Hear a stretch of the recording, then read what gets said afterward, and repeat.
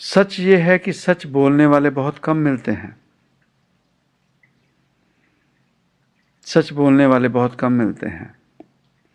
Cotton में कौवेक कोई जीवन में आता है और हम जैसे जीवों को सच समझाने की कोशिश करता है।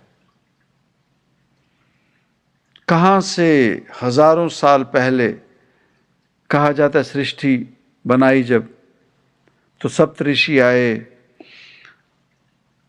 विष्णु महाराज जी के कहने पर, वो कछुए का रूप लेकर उनकी नाव को खींचकर किनारे पर ले आए और नई सृष्टि की, नई धरती का निर्माण हुआ, कहा गया। तो उन्होंने जो ज्ञान दिया होगा सप्तऋषियों ने, अगर कहा जाए तो उन्होंने जो ज्ञान दिया, तो अगर रब वही होता तो रब के अलग अलग, रब के नाम के धर्म ना पैदा होते। वो कैसे रब को याद करते थे किसी को नहीं पता। पर उसके बाद हाँ, ये नाम जरूर जपना शुरू हो गए। कोई ओम नमः शिवाय कहने लगा, कोई ब्रह्मदेव का नाम लेने लगा, कोई नारायण का नाम लेने लगा। जैसे जैसे समय आया, त्रेता युग आया तो रामचंद्र महाराज जी उनका नाम लेने लग गए, कृष्ण आए तो उनका नाम लेने लग गए। तो रब सीमित तो नहीं है। द्वापर से पहले जो रब को किस भी नाम से बुलाते थे, क्या उन्हें रब नहीं मिला था? तो द्वापर के बाद अगर किसी ने कृष्ण कृष्ण कहना शुरू किया तो उसे क्या रब नहीं मिला? तो जब क्राइस्ट साहब आए, उन्होंने अपना एक सिमरन शुरू किया।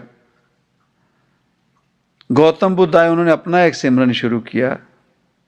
महावीर आए, उन्होंने अपना। मोहम्मद साहब आए, उन्होंने अपना। नानक पातशाह आए, उन्होंने अपना। और कितने धर्म चले, सभी ने अपना अपना सुमिरन, अपना अपना नाम ईजाद किया और पाया उसी ने जिसने उस पर यकीन किया और जिसने उसे सुमिरा। अब कोई कही जाए कि मैंने अपना पीछे अपना पूरा चेक करवाया, वो जो पहले सप्तऋषि थे मैं उनकी कुल से हूं, मेरा ये 100वां कुल चल रहा है हमारा, हम उनकी कुल से हैं। कोई कह दे कि मैं भोलेनाथ की कुल से हूं, कोई कह दे कि मैं नानक पातशाह की कुल से हूं, कोई है ना उनकी कुल से, तो महज उनकी कुल से होने से क्या उन्हें रब मिल गया? महज उनका रिश्ता नाता खून होने से क्या उन्हें रब मिल गया? नानक पातशाह जब शरीर में थे तभी वो अपने परिवार को नहीं मिले। वो कहां से जीव आया जिसे हम पाई लैना कहते थे, गुरु अंगद देव पातशाह, नानक तो उससे मिले। तो हम किन चक्रों में पड़े हैं? कौन सा भगवान सच्चा, कौन झूठा? ये भगवान कोई भी नहीं है, ना भोलेनाथ ना कोई और महापुरुष, ये भगवान थोड़ी हैं। इन्होंने कब कहा कि हम भगवान हैं? इन्होंने जो मैसेज, संदेशा हमें दिया था कि उस रब को पाने का, हमने वो छोड़कर इन्हीं के पीछे लग गए और उन्हीं को लेकर हम चले जा रहे हैं। तो क्या अवस्था हुई होगी जब वो महापुरुषों ने, जिन्होंने नए सुमिरन दिए, तो उस समय में क्या हुआ होगा? और आज से हजारों साल पहले उन महापुरुषों के दिए गए सिमरन आज इस धरती पर चल रहे हैं। प्रार्थना, एक धर्म ने एक प्रार्थना बनाई, दूसरे ने दूसरी बनाई। पर परवान कौन सी होती है? वो जो सच्ची नियत से उस घर तक पहुंच गई। चाहे जितनी मर्जी बड़ी पुरानी प्रार्थना ले लें, हमारी सभी प्रार्थनाएं पूरी क्यों नहीं होती?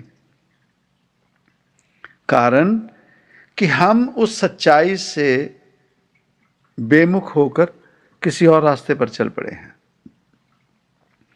सच्चाई को कोई समझना नहीं चाहता। सच्चाई को कोई समझना नहीं चाहता। उन्होंने तो यही कहा ना कि ओम अल्लाहु अकबर, गॉड इज वन, एक ओंकार। ये कहने का भाव क्या है कि रब वो है जिनके नाम इन्हें किसी न किसी रूप में मिले। इन्होंने अपने आप को तो रब नहीं कहा। खैर, जीव की जहां नियत बनी है, जीव का जहां भरोसा बना है, वहीं जुड़ा रहे।